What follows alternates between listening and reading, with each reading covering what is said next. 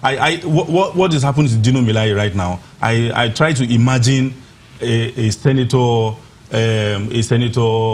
Mamora, when Mamora was a senator, or you know, distinct senators, people that you see when they call them senators, you see them as distinguished individuals. I don't know that word distinguished. Can we throw it around at Dino Melaye?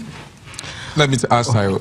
Well, you can't take it away from him, because that's the way we address our senators. We say distinguished senators, you know, quote and unquote, whether they are really distinguished or not. The honorable members, whether they are really honorable, so to say, you know, that's a question. Based on your professional opinion and everything that you know about the distinguished and the not so distinguished. But for me, like what Agbabiaka said, I think this is time for us to change the narrative. We are looking up to 2019 general elections, and the not too young to rule. I think this is the time we really have to enforce it.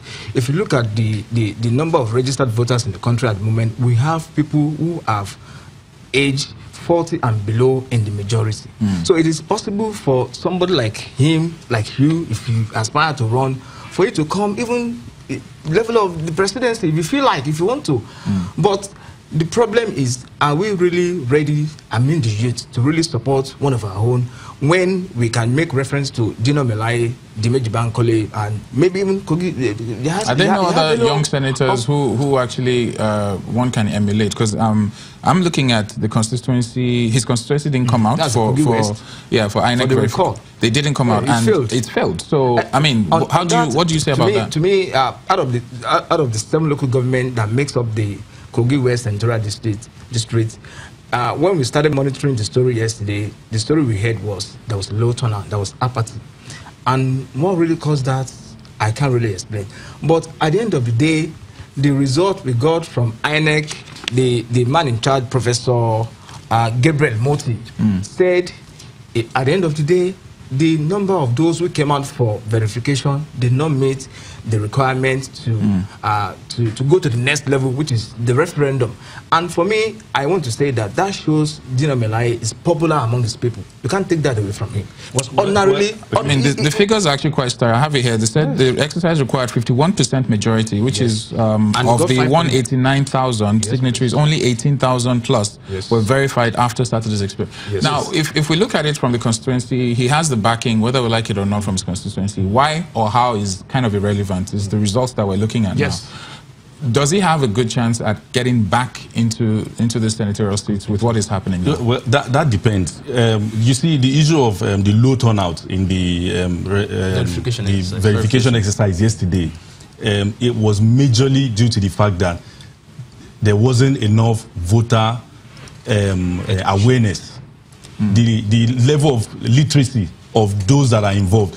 People are already, this is the first time we have a recall process getting to this level. Now, a lot of people thought it was election. The only thing people know is about party registration, INEC, voter card registration, and election proper. In that way, we have competition. So my own versus your own. But in this case, it was a recall. People don't really understand. So if there's anybody that was against Dino Melaye, they didn't do their homework well. They didn't create the necessary awareness among the people to know that this is those are against him versus him. I mean, and there's another school of, sorry to cut you, there's another school of thought. There's just so much to talk about. There's another school of thought. I was speaking to a lot of media people and commentators, and they're like, look, if Dino Melaye is recalled and it's successful, it sets a precedent for other senators who, quote and unquote, if they misbehave, they can be recalled. And some of the opinion that is actually other senators that didn't make this happen.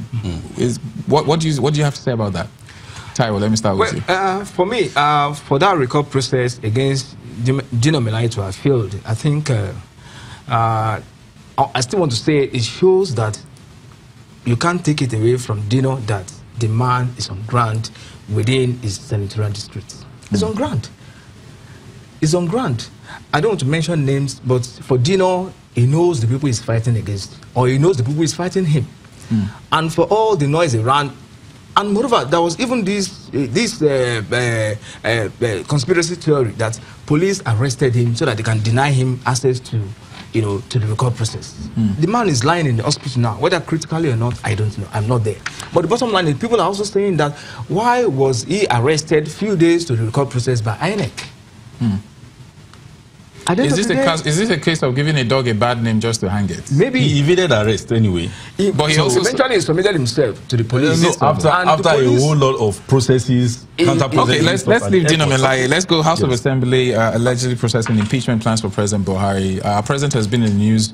There's the Tucano aircraft, the $496 million. There's also the $1 billion for the security. But this seems to become a pattern. A lot of people are worried that these monies are not actually being assigned to what is being assigned for. Some are just basically saying he's basically amassing money for the re-election. What do you have to say about this?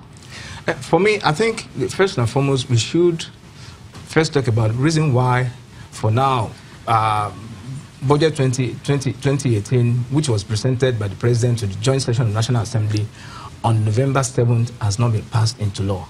We are already going to the second quarter of the year. We already have about 6 months, thereabouts, below the line of the budget presentation. Nigerians need to ask their House of Reps members, their senators, what is happening to the budget? And this has not stopped the salary and allowances, the huge salary they collected every other month. Yet, the masses suffers the delay in the passage of the 2018 budget. Sorry to cut you. I'm just going to throw this finally quickly. Okay. Do you think there's a misplacement of priority in terms of scale of priority with the government right now in their spending versus what they should use the money for? Just quickly in like 3 seconds. Well, what I can say about this issue of the spendings, on military equipment is such that is as simple as this. The country right now is prosecuting different wars and security challenges here and there, especially the Boko Haram insurgency in the northeast. Now, it's very important we should understand that it's a case of security emergency and the president needs to purchase this equipment. And in the case of war, we saw how America bombed Syria recently with all their allies, France and all that. Those things happened. Ahmed, after that, the president or the prime minister took permission. We'll definitely have to have you back. Taiwo, Ahmed, thank you very much. Love your contributions. Thank you so much. Still Rubbin Minds. We'll be back after the break, this time talking to an entertainer, an MC, a producer, a man who's been around, and find out what he's up to. Stick around on Rubbin Minds.